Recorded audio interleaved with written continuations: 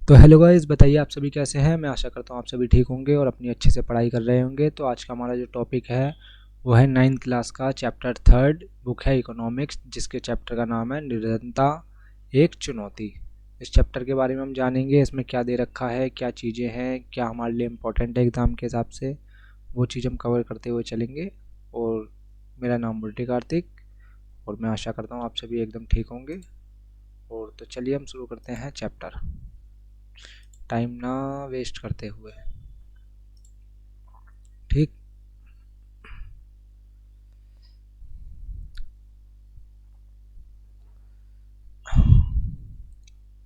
तो चैप्टर का नाम है निर्धनता है चुनौती। जैसा कि मैंने आपको अभी स्टार्टिंग में बताया, तो मैं आपको थोड़ी इसकी ब्रीफ जानकारी दे दूं। तो इसमें जो हमें बात करनी है कि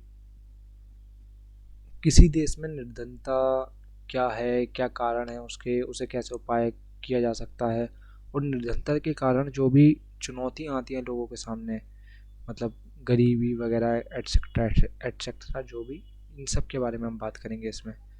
तो ये अवलोकन है, आप चाहें तो इसे पढ़ लें, बाकी मेरे ख्याल से कोई दिक्कत नहीं है। हम इसके परिचय से शुरू करते हैं। तो परिचय, अपने दैनिक जीवन में हम अनेक ऐसे लोगों के संपर्क में आते हैं जिनके बारे में हम सोचते हैं कि वे निर्धन हैं। वे गांव के भूमिहीन श्रमिक भी हो सकते हैं और शहरों के भीड़ भरी झुग्गियों में रहने वाले लोग भी। वे निर्माण स्थलों में दैनिक वेतनभागी श्रमिक भी हो सकते हैं और ढाबों में काम करने वाले भी। ठीक, इनमें से कोई भी हो सकते हैं। ठीक, बाल श्रमिक भी वे चिथड़ों में बच्चे उठाए भिखारी भी हो सकते हैं। ठीक, हम अपने चारों ओर निर्धनता देखते हैं। वास्तव में देश का हर चौथा व्यक्ति निर्धन है।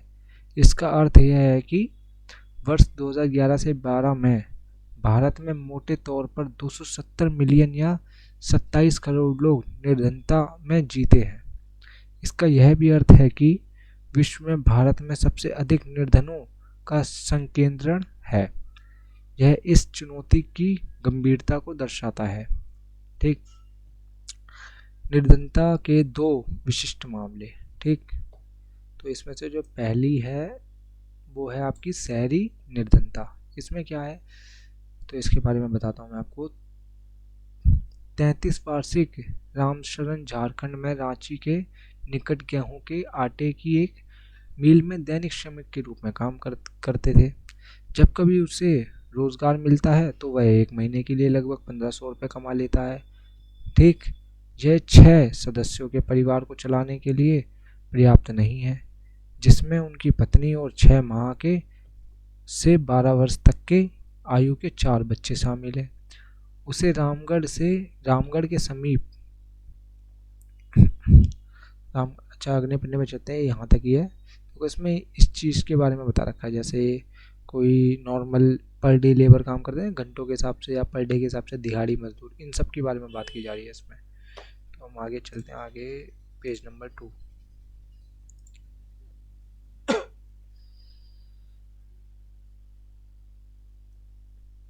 ठीक, गांव में रह रहे अपने बूढ़े माता पिता के लिए भी पैसा भेजना पड़ता है।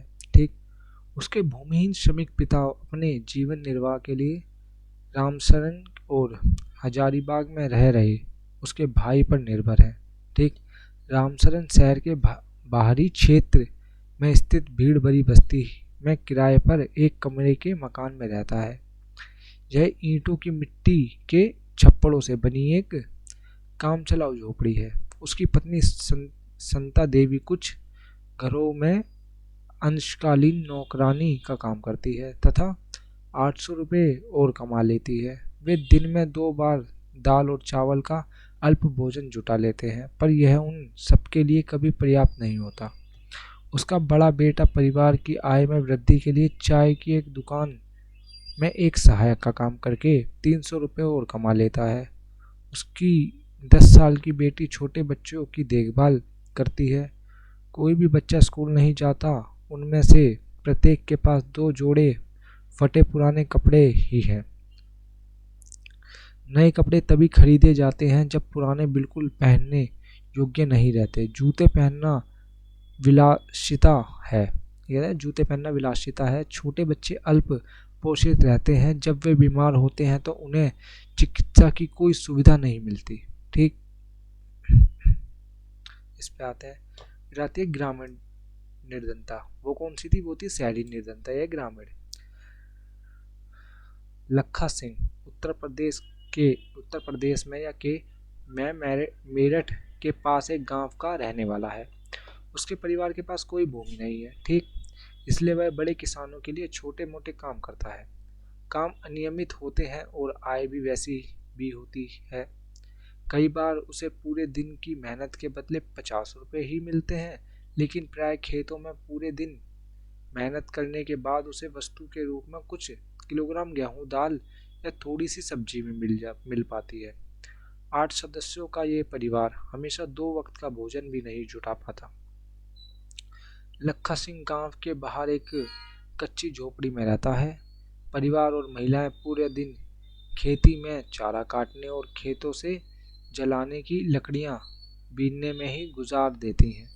उसके पिता की जो तपेदिक के मरीज थे उसके पिता जो तपेदिक के मरीज थे, चिकित्सा के अभाव में 2 वर्ष पूर्व मृत्यु हो गई।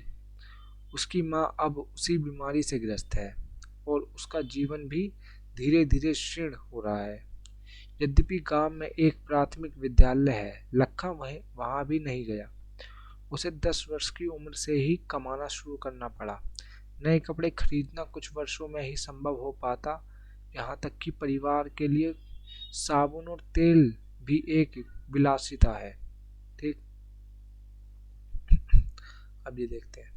तो ग्रामीण और शहरी एक तरह से बता रहा है कि निर्धनता होती क्या है। ग्रामीण निर्धनता, जैसे जो ग्रामीण क्षेत्र हो जाता है गांव एरिया, और शहरी निर्धनता एक तरह से जो थोड़ा शहरी एरिया होता है उस टाइप की निर्धनता। जैसे गांव के लोग कई बार शहर में काम करने आते हैं ना, इस टाइप से इसमें बताया गया, यही समझाया गया इसमें।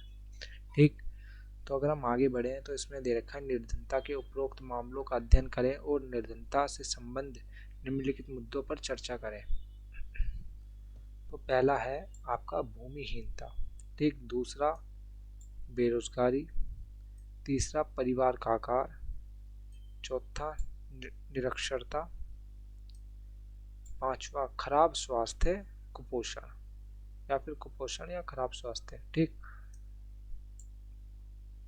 छठा है बाल श्रम और सातवां है असहायता।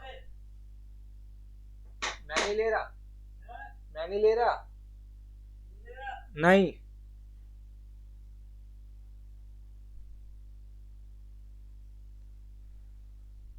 सातवां है असहायता। ठीक, चित्र 3.2 में ये लखा सिंह की कहानी है। ठीक, ये क्या मैं कभी अपने परिवार के लिए नए कपड़े खरीद सकूंगा? ये लखा सिंह कहता है, क्योंकि ये मतलब लोगों के लिए काम कर रहा है, छोटे मोटे काम कर रहा है। तो ये एक तरह से मतलब इंडिया में बहुत बड़े लेवल पे फैली हुई चीज़ है बेरोजगारी, जिसे कहते हैं। बेरोजगारी ही निर्धनता का एक कारण है। जब लोगों पर रोजगार नहीं होगा तो वो ऑब्वियसली बात है निर्धन होंगे। तो यही चीज़ में बताई गई है। देखिए, मैं काफ़ी आराम से लेके चल रहा हूँ आपको, कोई जल्दबाजी नहीं है कि अभी बस पढ़ के ख़त्म कर दें, नहीं। आराम से चलिए, समझते रहिए। अच्छा चैप्टर है, अच्छे सवाल आएंगे इसमें से अगर पेपर में आएंगे, और काफ़ी चांसेस हैं आने के। हालांकि मैं आपको प्रीवियस ईयर पेपर कराऊंगा उससे पहले, एग्ज़ाम से पहले। तो आगे पढ़ते हैं। ऊपर के दोनों विशिष्ट उदाहरण निर्धनता के अनेक आयामों को दर्शाते हैं। वे दर्शाते हैं कि निर्धनता का अर्थ भुखमरी और आश्रय का ना होना है। ठीक, किस चीज़ का नहीं होना है? निर्धनता का अर्थ क्या है? भुखमरी और आश्रय का ना होना, मतलब अपना घर ना होना और खाना पीना ना मिल पाना, ये सब। यह एक ऐसी स्थिति भी है जब माता पिता अपने बच्चों को विद्यालय नहीं भेज पाते, मतलब बच्चों का विद्यालय ना जा पाना, नहीं, या फिर माता पिता ना भेज पाए, ऐसी कंडीशन।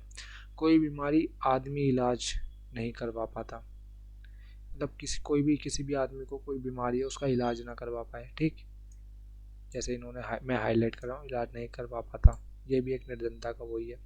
निर्धनता का अर्थ स्वच्छ जल और सफाई सुविधाओं का अभाव भी है।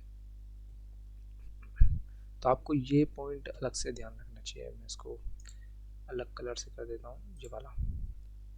अर्थ है निर्धनता का अर्थ स्वच्छ जल और सफाई सुविधा का अभाव भी है। ठीक, एक तरह से मतलब स्वच्छता ना हो, साफ जल ना हो, ये टाइप का। ठीक है, इसके बारे में बताया गया। इसका अर्थ नियमित रोजगार की कमी भी है।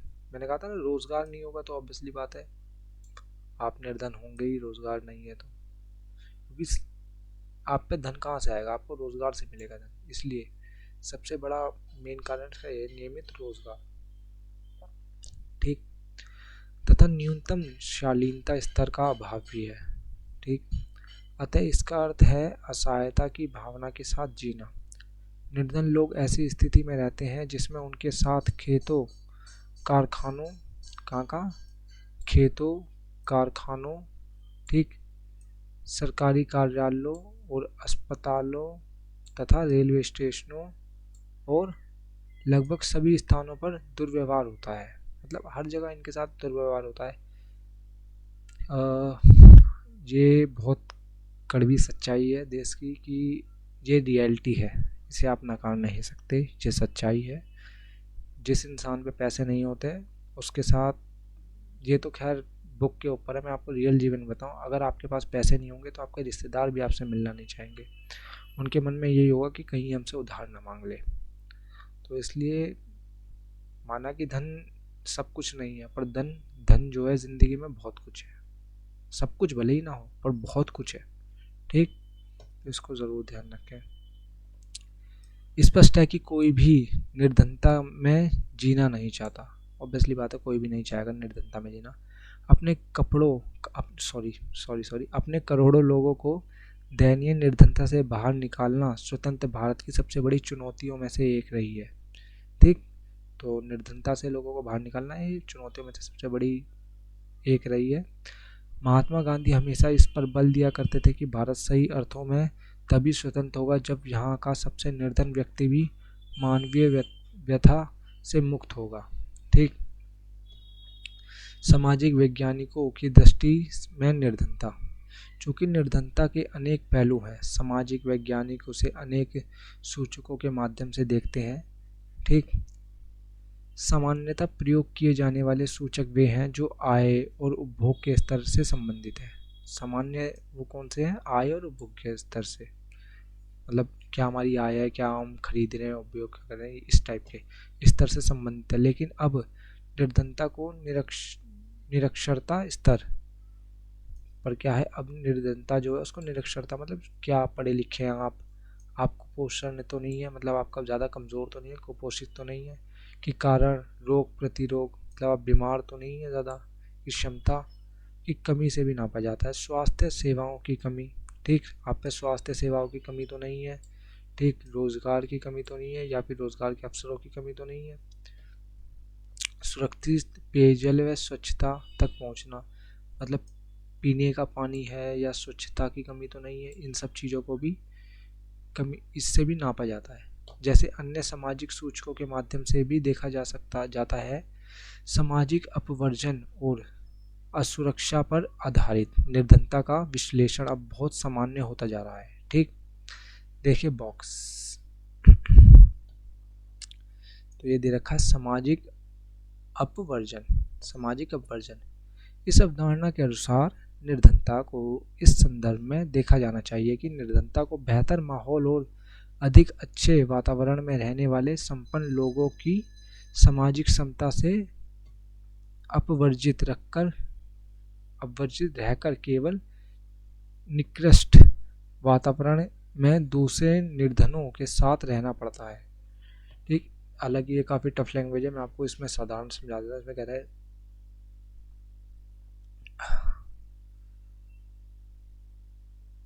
मतलब जो निर्धन लोग होते हैं उनको मतलब एक तरह से बेहतर माहौल इन सब चीज़ों को छोड़ के मतलब काफ़ी बेकार माहौल में रहना पड़ता है।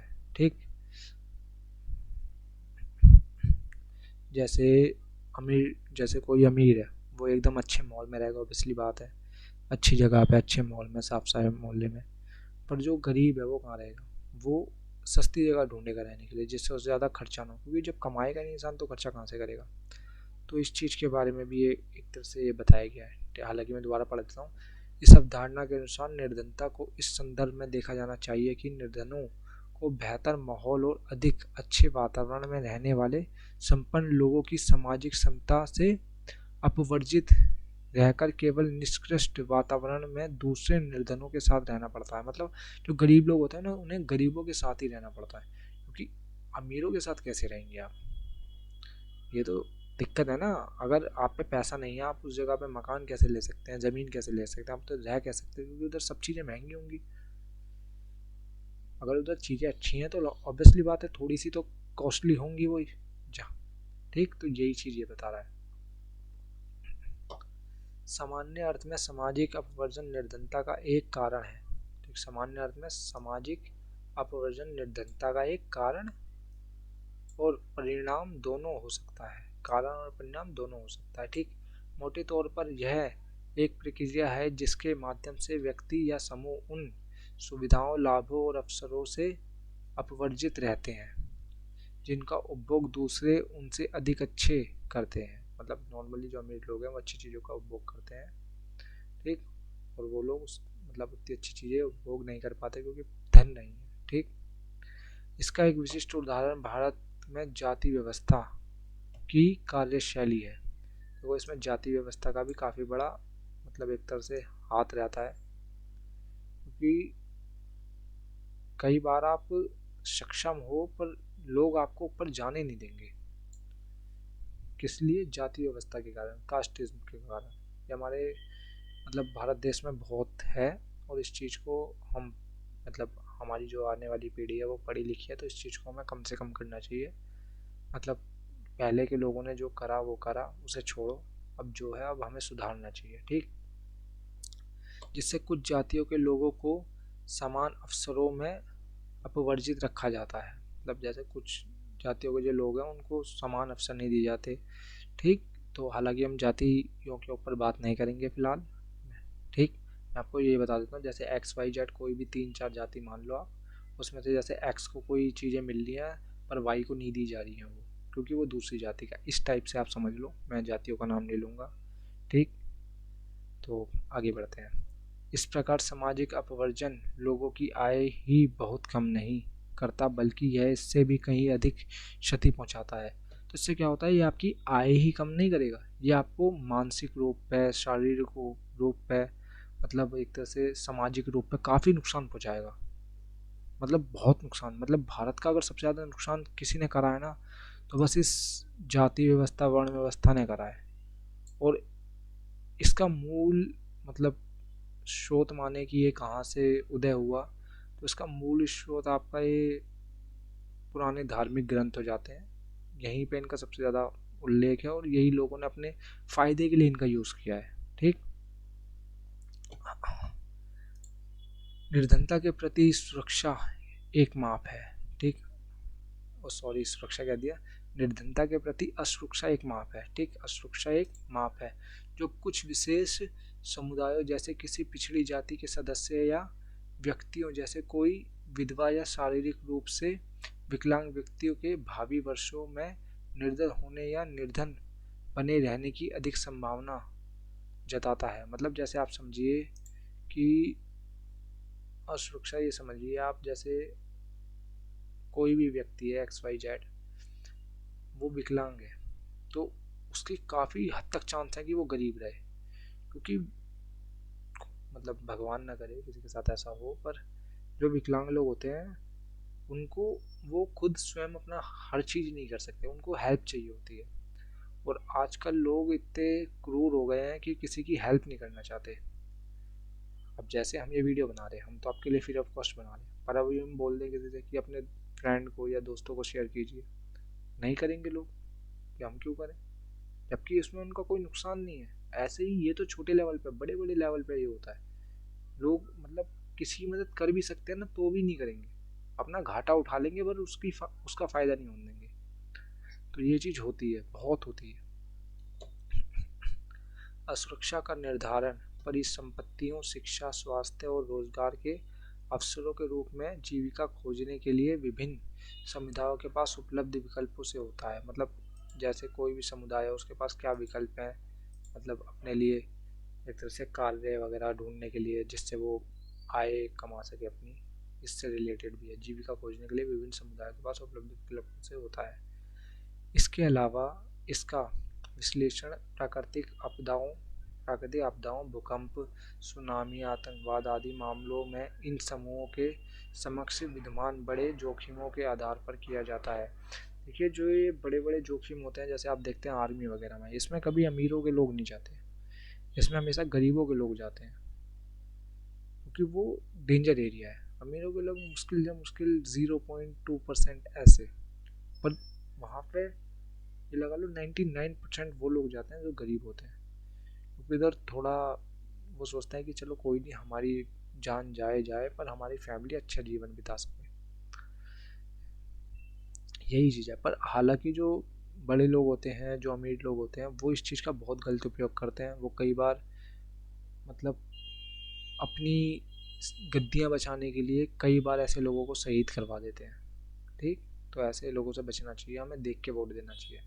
ठीक, इसके अलावा इसका विश्लेषण प्राकृतिक आपदाओं, भूकंप, सुनामी, ये सब तो मैंने बता दिया, समूहों के सक्षम विद्यमान बड़े जोखिमों के आधार पर भी किया जाता है। अतिरिक्त अतिरिक्त विश्लेषण इन जोखिमों से निपटने की उनकी सामाजिक और आर्थिक क्षमता के आधार पर किया जाता है। वास्तव में जब सभी लोगों के लिए बुरा समय आता है, चाहे कोई बड़ा हो या भूकंप या फिर नौकरियों की उपलब्धता की में कमी, दूसरे लोगों की तुलना में अधिक प्रभावित होने वाली बड़ी संभावना का निरूपण ही असुरक्षा है।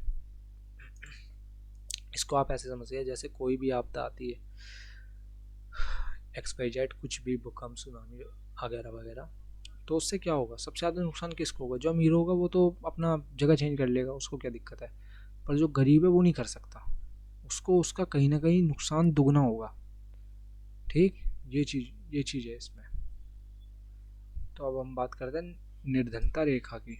निर्धनता रेखा निर्धनता रेखा निर्धनता पर चर्चा के केंद्र में सामान्यतः निर्धनता रेखा की अवधारणा होती है। निर्धनता के आकलन की एक सर्वमान्य सामान्य विधि आय अथवा उपभोग स्तरों पर आधारित है किसी। ठीक, अगले पेज पे चलते हैं।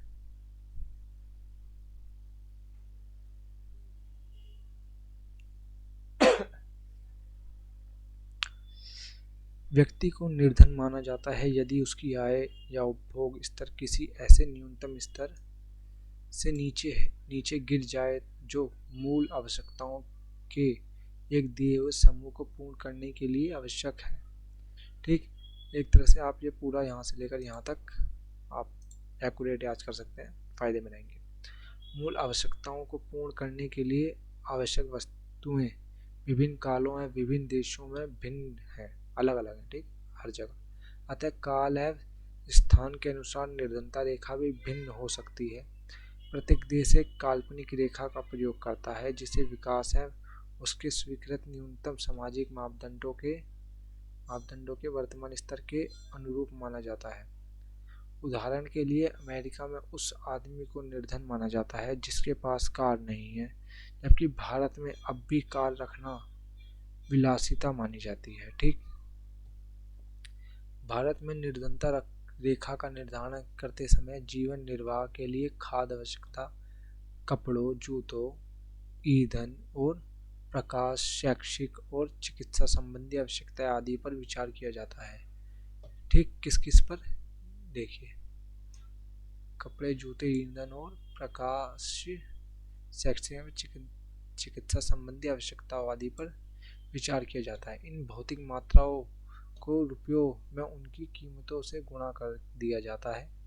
निर्धनता रेखा का आकलन करते समय खाद्य आवश्यकता के लिए वर्तमान सूत्र वांछित कैलोरी आवश्यकताओं पर आधारित है। खाद्य वस्तुएं जैसे अनाज,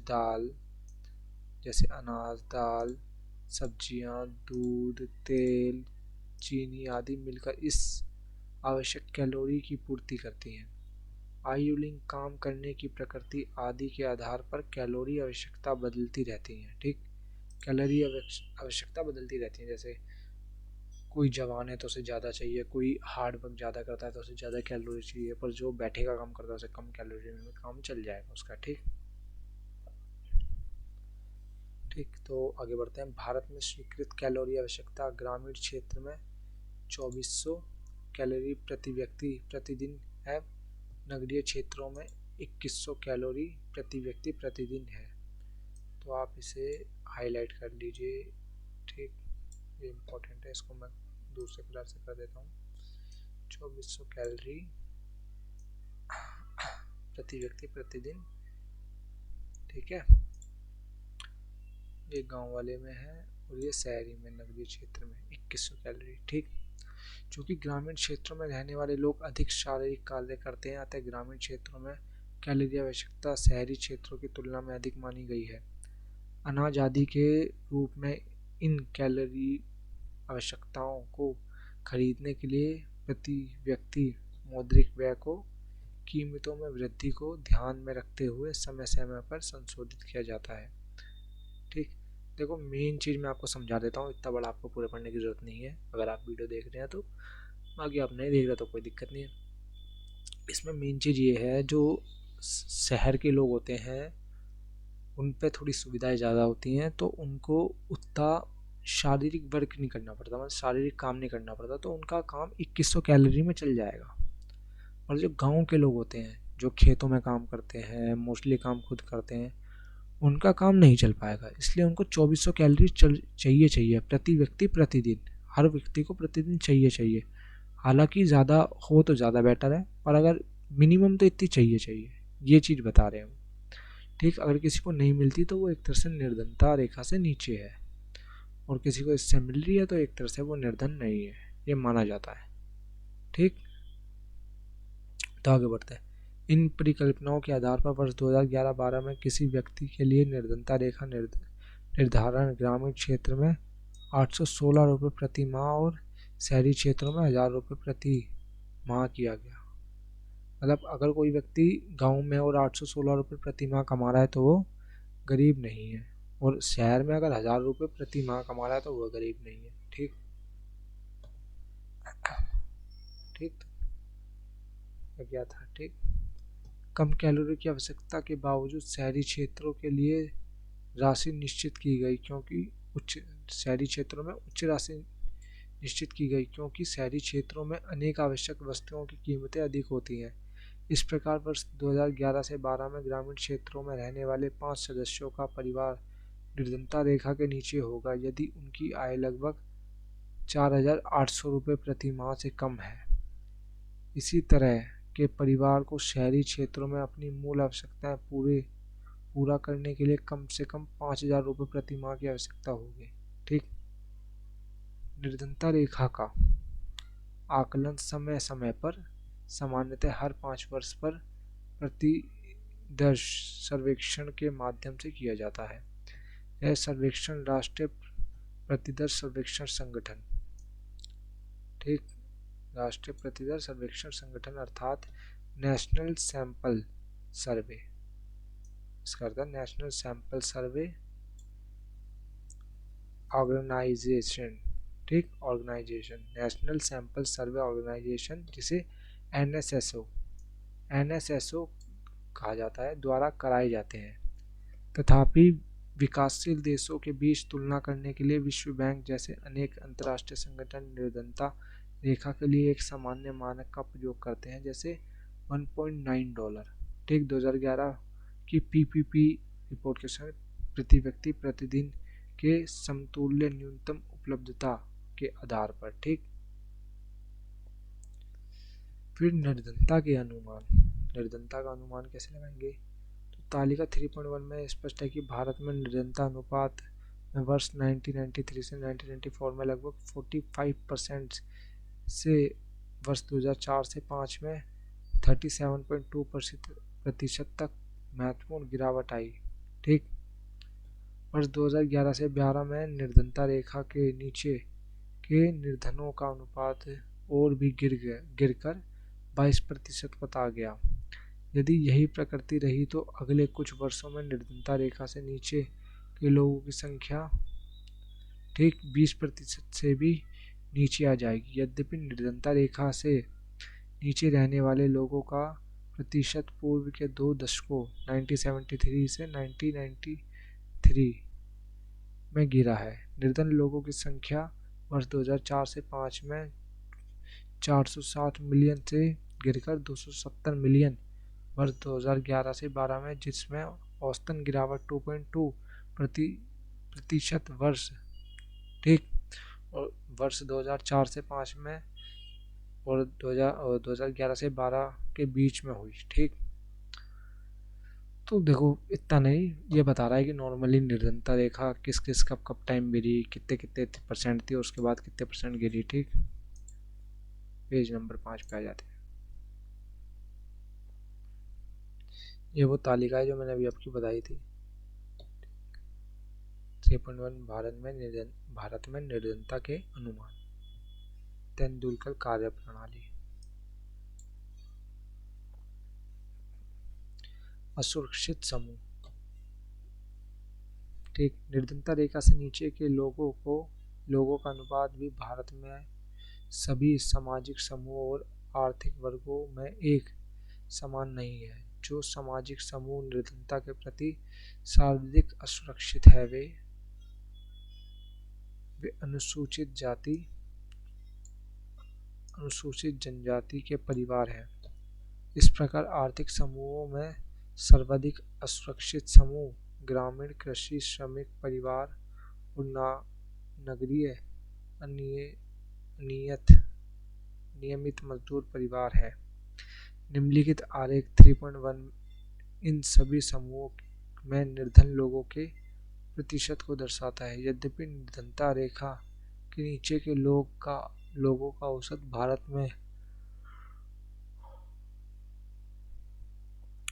में सभी समूहों के लिए 22 है। अनुसूचित जनजातियों में 100 में से 43 लोग अपनी मूल आवश्यकताओं को पूरा करने में असमर्थ हैं। ये लगा लो, 100 में से 43 लोग अपनी मूल आवश्यकताओं को पूरा नहीं कर सकते। किसमें? अनुसूचित जनजाति, ठीक, एसटी लोगों की बात कर रहे हैं। ठीक, इसी तरह नगरीय क्षेत्रों में 34% अनियत मजदूर निर्धनता रेखा के नीचे हैं। लगभग 34% अनियत कृषि श्रमिक ग्रामीण क्षेत्र की ओर 29% अनुसूचित जातियां भी निर्धन हैं।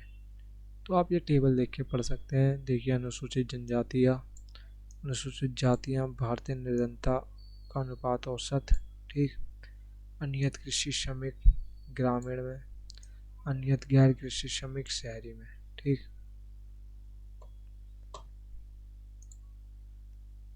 छोटे पे आते हैं।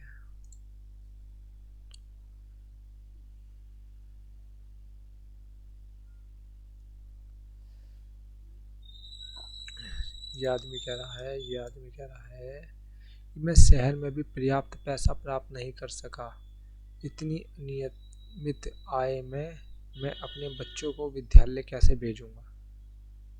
मतलब ये इंसान शहर में गया पढ़ने के लिए, मतलब काम करने के लिए, तब भी उसे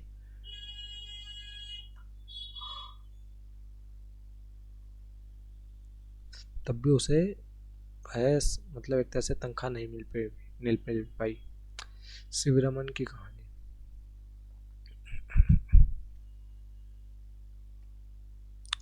देखिए, ये भी कहानी नॉर्मल ऐसी है जैसी मैंने आपको अभी पीछे दो तीन कहानियाँ पढ़ाई हैं। मतलब वो जाता है गांव में, गांव से बाहर शहर में। इसमें यही दे रखा है, आप चाहे तो पढ़ लेना, मैं आपको ऐसे ही बता देता हूँ। वो एक आदमी होता है, वो शहर में जाता है गांव से, और वो वहाँ पे रुकता है, कम से कम खर्चा करता है और असुविधाओं के अभाव में रहता है और कमाता है, काम करता है। फिर भी वह इतना नहीं कमा पाता कि वो गांव के अंदर अपने बच्चों को स्कूल भेज सके। ठीक, तो इसका मूल जो चीज़ है ना, वो यही है। दरअसल आपको ये पूरा पढ़ने की जरूरत भी नहीं पढ़नी चाहिए। ये जो इसमें चीज़ दे रखी है ना, ये चीज़ पर्याप्त है। आप इससे अंदाज़ा लगा सकते हैं कहानी क्या होगी। ठीक है, तो उसकी कोई दिक्कत नहीं है।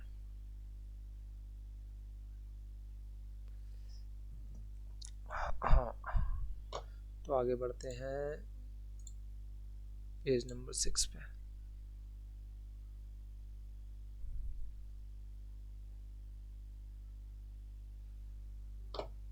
अब आते हैं हम अंतर्राज्यीय, किस पे, अंतर्राज्यीय मतलब राज्यों के अंदर जो असमानताएं हैं। भारत में निर्धनता का एक और पहलू या आयाम है। प्रत्येक राज्य में निर्धन लोगों का अनुपात एक समान नहीं है। यद्यपि 1970 के दशक में के प्रारंभ में राज्य स्तरीय निर्धनता में सुदीर्घकालिक कमी हुई है। निर्धनता कम करने में सफलता की दर विभिन्न राज्यों में अलग अलग है। वर्ष 2011 से 12 भारत में निर्धनता अनुपात 22% है। कुछ राज्य जैसे मध्य प्रदेश, असम, उत्तर प्रदेश, बिहार एवं ओडिशा में निर्धनता अनुपात राष्ट्रीय अनुपात से ज़्यादा है, जैसे कि आरेख 3.2 दर्शाता है। आप आरेख 3.2 देख लीजिए, उसमें दे रखा है, दर्शाता है बिहार और ओडिशा क्रम 33.7, 32.6। तो जो 33.7 है ये तो है बिहार की, और 32.6 ये है ओडिशा की। ये निर्धनता को दिखा रहे हैं औसत के साथ। 2 सर्वाधिक निर्धन राज्य बने हुए हैं। ठीक, तो सबसे ज़्यादा निर्धनता कौन से 2 राज्यों में, बिहार और उड़ीसा में क्रम से। सबसे पहले बिहार, उसके बाद उड़ीसा। उड़ीसा, मध्य प्रदेश, बिहार और उत्तर प्रदेश में ग्रामीण निर्धनता के साथ नगरीय निर्धनता भी अधिक है। मतलब इन राज्यों में क्या है, ग्रामीण निर्धनता तो है ही है, साथ में नगरीय निर्धनता भी है, मतलब शहरों में निर्धनता भी है। ठीक, इसकी तुलना में केरल, महाराष्ट्र, आंध्र प्रदेश, ठीक, केरल, महाराष्ट्र, आंध्र प्रदेश, तमिलनाडु, गुजरात और पश्चिम बंगाल में निर्धनता में उल्लेखनीय गिरावट आई है। मतलब वहाँ पे गिरावट आई है, किसमें, निर्धनता में। पंजाब और हरियाणा जैसे राज्य उच्च कृषि वृद्धि दर से निर्धनता कम करने में पारंपरिक रूप से सफल रहे हैं। कौन कौन से राज्य, पंजाब और हरियाणा। यहाँ पर निर्धनता को कम करने के लिए कृषि ने बहुत महत्वपूर्ण योगदान दिया है। ठीक, केरल के मानव संसाधन विकास पर अधिक ध्यान दिया है। केरल ने मानव संसाधन विकास पर अधिक ध्यान दिया है। पश्चिम बंगाल में भूमि सुधार उपयोग से निर्धनता कम करने में सहायता मिली है। आंध्र प्रदेश और तमिलनाडु में अनाज का सार्वजनिक वितरण इसमें सुधार का कारण हो सकता है। वैश्विक निर्धनता परिदृश्य, विश्व में कैसी निर्धनता होती है उसके बारे में हम थोड़ा बहुत देखते हैं या पढ़ते हैं। विभिन्न देशों में अत्यंत आर्थिक निर्धनता विश्व बैंक की परिभाषा के अनुसार प्रतिदिन $1.9 से कम पर जीवन निर्वाह करना में रहने वाले लोगों का अनुपात 1990 के 36% से गिरकर 2015 में 10% हो गया है। यद्यपि वैश्विक निर्धनता में उल्लेखनीय गिरावट आई है, लेकिन इसमें बृहत क्षेत्रीय भिन्नताएं ठीक पाई जाती हैं। हर क्षेत्र में अलग अलग है, ये नहीं हर जगह सेम ही है। ठीक, तीव्र आर्थिक प्रगति और मानव संसाधन विकास में बृहत निवेश के कारण चीन और दक्षिण पूर्व एशिया के देशों में निर्धनता में विशेष कमी आई है। ठीक, चीन में निर्धनता की संख्या 1981 में 88.3% से घटकर 2008 में 14.7% और वर्ष 2015 में 0.7% रह गई है। बस आप देख लो कितनी मतलब जल्दी इन्होंने निर्धनता को कम करा है अपने देश में। दक्षिण एशिया के देशों भारत, पाकिस्तान, श्रीलंका, नेपाल, बांग्लादेश, भूटान आदि में निर्धनता की संख्या में गिरावट इतनी तीव्र रही है और 2005 में 34% से गिरकर 2013 में 16.2% हो गई है। निर्धनता के प्रतिशत में गिरावट के साथ ही निर्धनों की संख्या में भी कमी आई, जो 2005 में 510.4 मिलियन से घटकर 2013 में 274.5 मिलियन रह गई। भिन्न निर्धनता रेखा परिभाषा के कारण भारत में भी निर्धनता राष्ट्रीय अनुमान से अधिक है। ठीक, अगले उस पे आते हैं।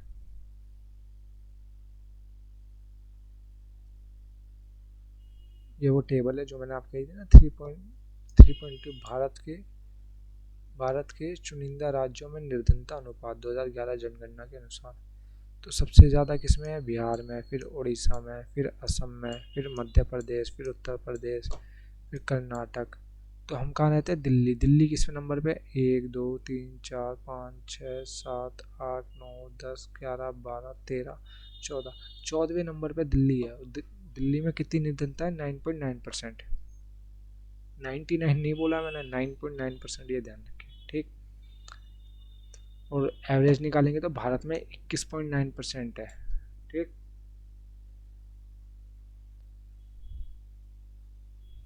यह है आर्थिक सर्वेक्षण 2017 से 18, उसके अनुसार ये दिया गया है।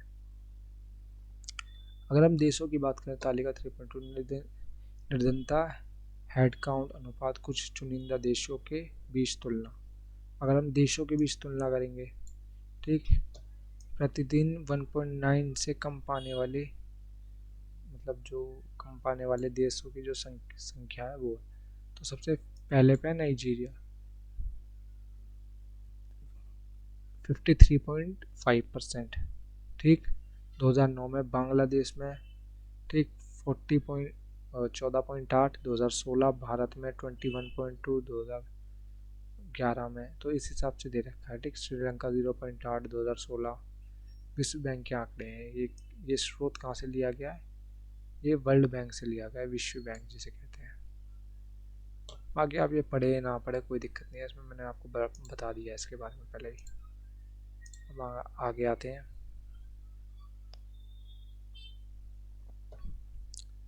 प्रतिदिन $1.9 पर जीवन यापन करने वाले लोग 2005 से 2015 चीन में देखिए कितनी तेज़ी से गिरे हैं।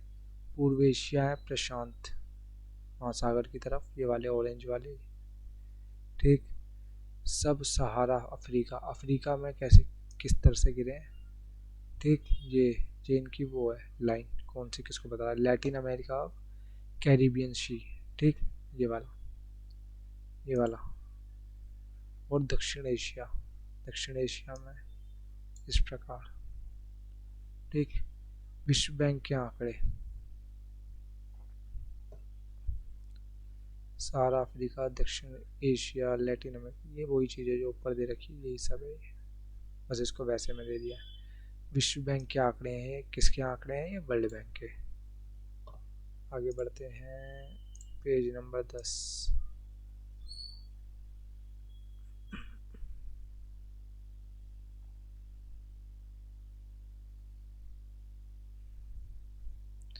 तो हम बात करते हैं निर्धनता के कारण क्या है।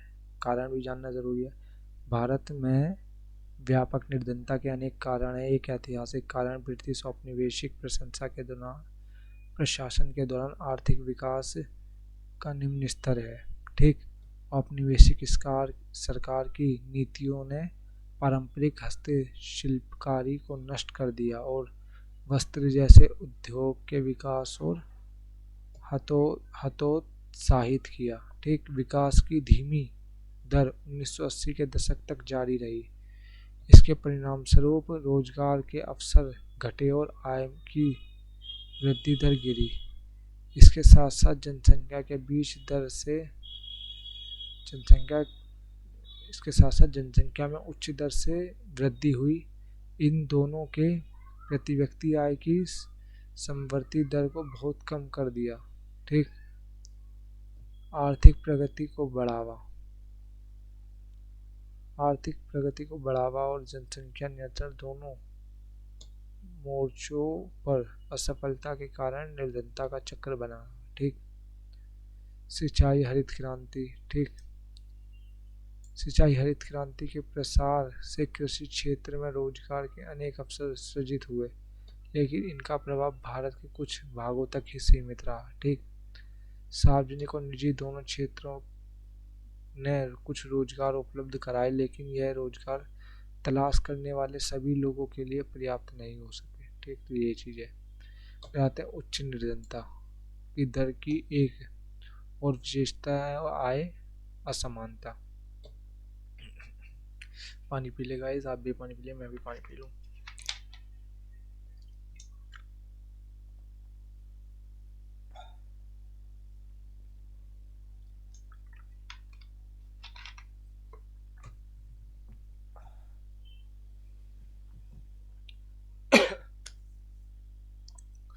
तो पानी पी लिया, अब आगे बढ़ते हैं। हम कहाँ थे? अन्य संसाधनों का असमान वितरण। ठीक, मतलब जो जो भी संसाधन है उनका मतलब ईमानदारी से वितरण ना किया गया, मतलब अपने लोगों को ज़्यादा दे दिया और लोगों को कम कम दे दिया, इस चीज़ के ऊपर दिखाया गया है। अनेक नीतियों के बावजूद हम किसी सार्थक ढंग से इस मुद्दे से नहीं निपट सके हैं। ग्रामीण क्षेत्रों में परिसंपत्तियों के पुनर्वितरण पर लक्षित भूमि सुधार जैसी प्रमुख नीति पहल को ज़्यादातर राज्य सरकारों ने प्रभावी ढंग से कार्यान्वित नहीं किया। ठीक, चूंकि भारत में भूमि संस्थानों की कमी निर्धनता का एक प्रमुख कारण रही है, इस नीति का उचित कार्यान्वयन करोड़ों ग्रामीण निर्धनों का जीवन सुधार सकता था। मतलब अगर वो चीज़ें सही होती तो भारत के करोड़ों जो गरीब थे उनका जीवन सुधर सकता था। ठीक, अनेक अन्य सामाजिक, सांस्कृतिक और आर्थिक कारक भी निर्धनता के लिए उत्तरदायी हैं। कौन कौन से? सामाजिक, सांस्कृतिक, आर्थिक कारक। ठीक, ये भी उत्तरदायी है किसके लिए? निर्धनता के लिए। अति निर्धनता सहित भारत के लोग सामाजिक दायित्वों और धार्मिक अनुष्ठानों के आयोजन में बहुत पैसा खर्च करते हैं। ठीक, छोटे किसानों को बीज, उर्वरक, कीटनाशकों जैसे कृषि आगातों को खरीदने के लिए धनराशि की जरूरत होती है। चूंकि निर्धन कठिनाई से ही कोई बचत कर पाते हैं और वे इनके लिए कर्ज लेते हैं। निर्धनता के चलते पुनः भुगतान। ठीक, कर्ज लेते हैं तो उस पर टैक्स लगता है। भुगतान करने में असमर्थता के कारण वे ऋणग्रस्त हो जाते हैं। अतः अत्यधिक ऋणग्रस्तता निर्धनता का कारण और परिणाम दोनों है। निर्धनता निरोधी उपाय। तो निर्धनता से कैसे बचें? तो मैं हाईलाइट कर देता हूँ, इसको अलग कलर से कर देता हूँ आपके लिए। इससे फर्स्ट, आर्थिक समृद्धि को प्रोत्साहन। ठीक, दूसरा है लक्षित निर्धनता निरोधी कार्यक्रमों पर निर्भर है। 1980 के दशक के आरंभ तक समाप्त हुए 30 वर्ष की अवधि के दौरान प्रति व्यक्ति आय में कुछ वृद्धि नहीं हुई और निर्धनता में भी अधिक कमी नहीं आई। 1950 के दशक के आरंभ में आधिकारिक निर्धनता अनुमान 45% का था और 1980 के दशक के आरंभ में भी वही बना रहा। 1980 के दशक से भारत की आर्थिक समृद्धि दर विश्व में सबसे अधिक रही। ठीक, समृद्धि दर 1970 के दशक के करीब 3.5% के औसत से बढ़कर 1980 और 1990 के दशक में 6% के करीब पहुंच गई। विकास की उच्च दर के निर्धनता को कम करने में एक महत्वपूर्ण भूमिका निभाई है। इसलिए स्पष्ट होता जा रहा है कि आर्थिक समृद्धि और निर्धनता उन्मूलन के बीच एक घनिष्ठ संबंध है। ठीक, आर्थिक समृद्धि अवसरों को व्यापक बना देती है और मानव विकास में निवेश के लिए आवश्यक संसाधन उपलब्ध कराती है। यह शिक्षा में निवेश से अधिक आर्थिक प्रतिफल पाने की आशा में लोगों को अपने बच्चों को लड़कियों सहित स्कूल भेजने के लिए प्रोत्साहित करती है। ठीक, तो इतना ही है, बाकी आगे आप चाहें तो ये पढ़ ले, कोई ज़रूरी नहीं है, इसमें मैंने पढ़ रखा है। इन परिस्थितियों में लक्षित निर्धनता निरोधी कार्यक्रम की स्पष्ट आवश्यकता है। तो इन चीज़ों की आवश्यकता है, ये तो है। महात्मा गांधी राष्ट्रीय ग्रामीण रोजगार अधिनियम, ये कब आया था? 2005 में आया था। ठीक, जिसे मनरेगा नाम से कहा जाता है, मनरेगा। ठीक है,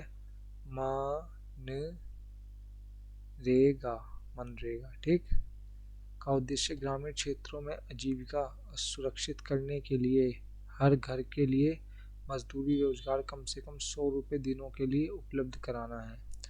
इसका उद्देश्य सतत विकास में मदद करना ताकि सूखा, वन कटाई एवं मिट्टी के कटाव जैसी समस्याओं से बचा जा सके। इस प्रावधान के तहत 1/3 रोजगार महिलाओं के लिए सुरक्षित किया गया है। तो ये है, इसके आगे बढ़ते हैं अब हम।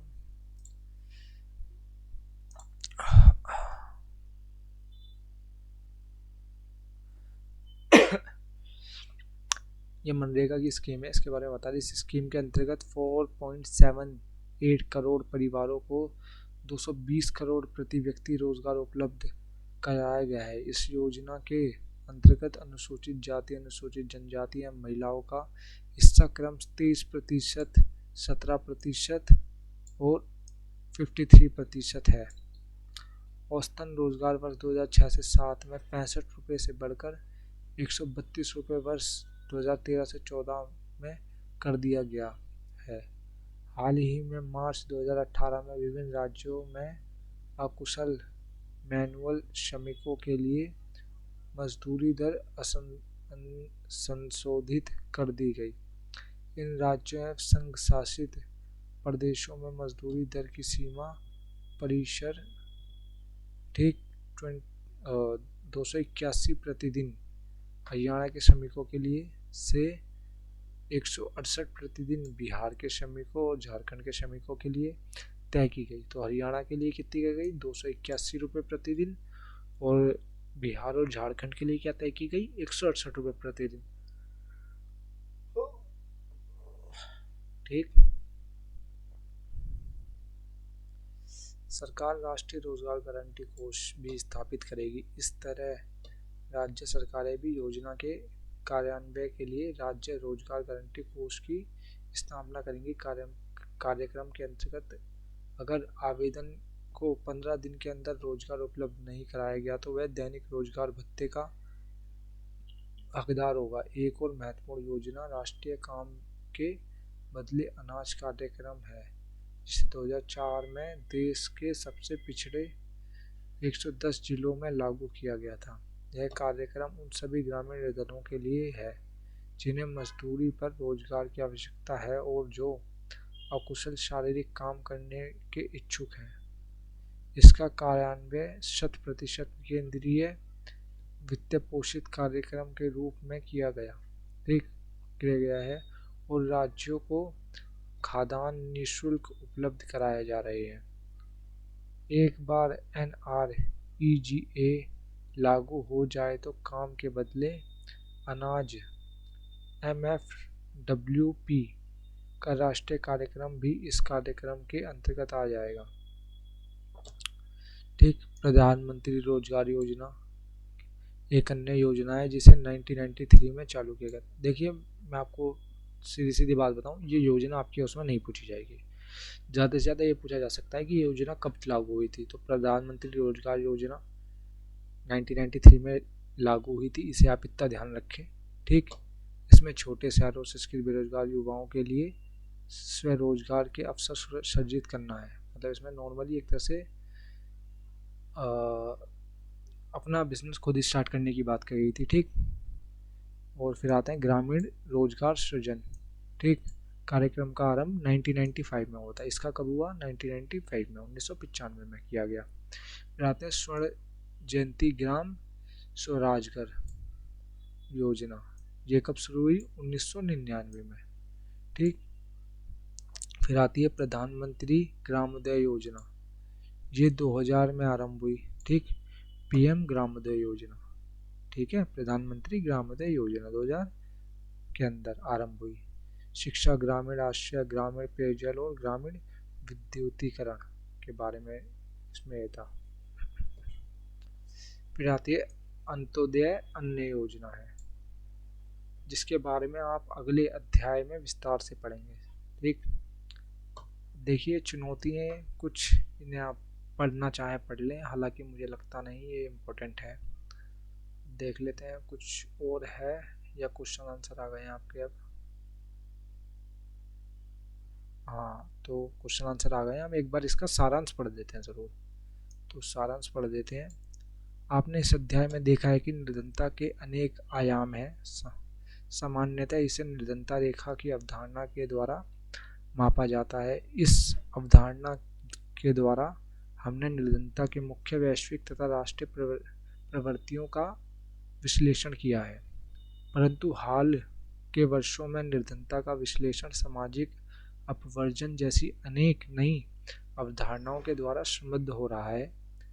इसी प्रकार चुनौतियां भी बढ़ती जा रही हैं, क्योंकि विद्वान लोग इस अवधारणा का मानव निर्धनता से विस्तार कर रहे हैं। ठीक, तो बाकी आप ये क्वेश्चन कर लीजिए, कोई इशू नहीं आएगी। और बाकी मैं आशा करता हूँ आप सभी बहुत अच्छे होंगे और हमारे साथ बने हुए होंगे। और अगर आप यहाँ तक आपने वीडियो देखी है तो आपको इसका ज़रूर फ़ायदा मिलेगा आपके एग्ज़ाम में, आपकी नॉलेज में।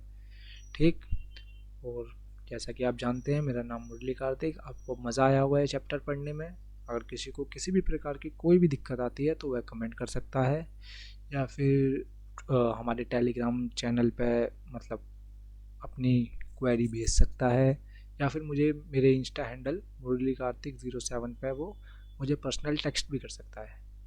मैं देखूंगा और आपका मतलब मदद करने की पूरी कोशिश करूंगा। ठीक, तो बाकी मिलते हैं आपसे अगली वीडियो में। तब तक के लिए आप आराम कीजिए, पढ़ते रहिए। ठीक, और हमारी इस वीडियो को लाइक शेयर एंड सब्सक्राइब ज़रूर करें हमारे चैनल को, और अपने दोस्तों के साथ ज़रूर भेजें। ठीक, सबको पढ़ना चाहिए, सबका विकास हो। ठीक, तो ये चीज़ हम विश्राम करते हैं और अपनी वीडियो को यहीं ख़त्म करते हैं। धन्यवाद। My name is Murali Kartik.